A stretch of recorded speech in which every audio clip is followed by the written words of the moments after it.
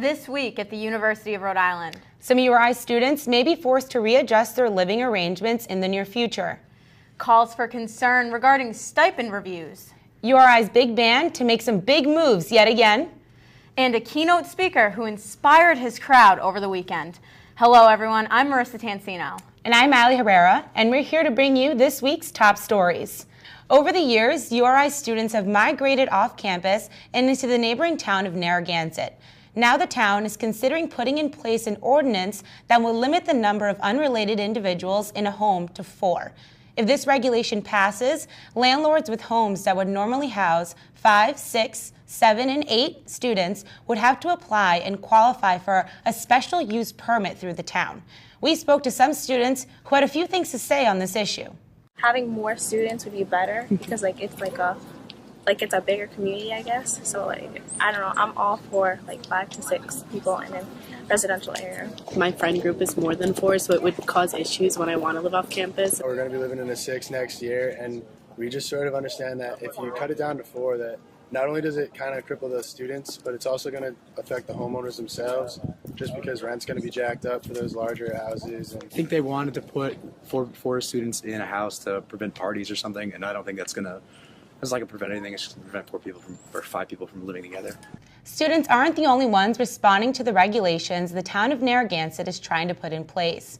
Real estate will also be affected by this ordinance if it passes, and rental manager Kim Churas says Lila Delman Real Estate is already seeing it affect their owners. Churas says if homeowners are only allowed to rent to certain people, they may be forced to sell their homes. Churas also says, as real estate agents in this town, they're fighting to keep students in these homes.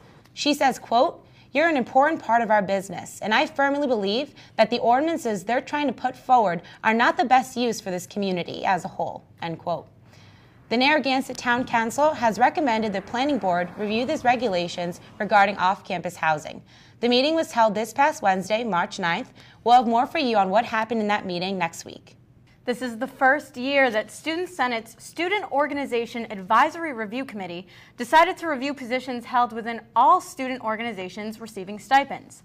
Sam King, chairwoman of the SOARC, says that it's important to remain objective throughout the process. However, many concerns about the stipend review process has been that the SOARC, a committee within Student Senate, reviewed Student Senate stipends. King says, quote, "It was a concern expressed by members of my committee that it would have been awkward to do that. As members of Student Senate, this is a job that's been put in our lap, and we have to do it no matter how uncomfortable it may be." King also mentioned that Student Senate removed the Director of Marketing and the Secretary as stipend positions after the review. Some big news for URI's big band, invited back for a 4th consecutive year to play at the world-renowned Newport Jazz Festival. The band will be directed again by Dr. Jared Sims, professor of saxophone and jazz at the university. The band is all undergraduate students with one graduate student who is singing. The festival takes place Friday, July 29th to Sunday, July 31st. Rapper Common delivered an inspirational speech to the crowd that gathered in Edwards Auditorium on Saturday night. Common, whose real name is Lonnie Lynn Jr., spoke to his audience about his story and constant strive for greatness. He also won over the crowd while performing a freestyle that referenced several URI landmarks. In addition to his career in the music industry, he's also a poet, an author, and an Academy Award-winning songwriter as co-writer and performer of the song Glory from the 2014 film Selma. Nearly 8.5 years into his career, URI's athletic director is finally getting some recognition. Thorbjorn has been named one of the best ADs in the country. URI's Jeremy Dawson has the story. Thorbjorn has received the Under Armour Athletic Director of the Year award. Bjorn was one of 4 winners selected out of 125 Division I FCS schools. It was very humbling, and I was certainly very excited.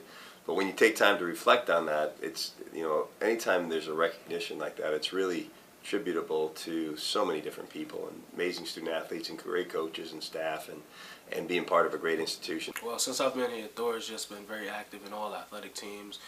He supports mostly all of the teams, if not all of them, at most of the athletic events, tries to find as many ways that he can provide funding for them, and just trying to make our athletic teams just a better family.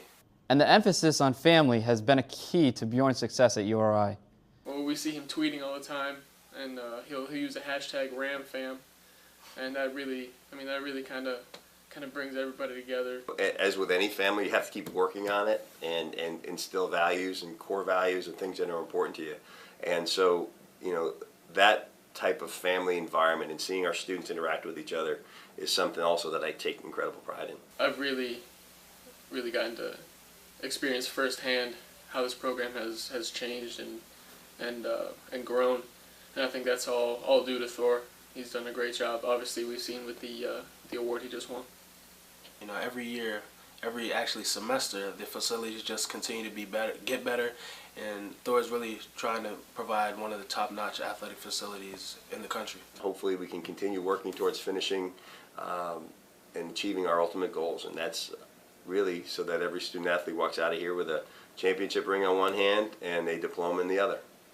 One big addition Bjorn is pushing for is to get artificial turf and new lights put into Meade Stadium for the football team, club sports, and potentially to attract high school championships.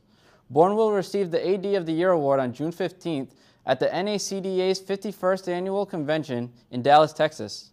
I'm Jeremy Dawson, URI News. For more on these stories and everything else you need to know this week, visit our website, roadiecigar.com. You can also like us on Facebook and follow us on Twitter. I'm Marissa Tansino. And I'm Allie Herrera. Have a great weekend, everyone.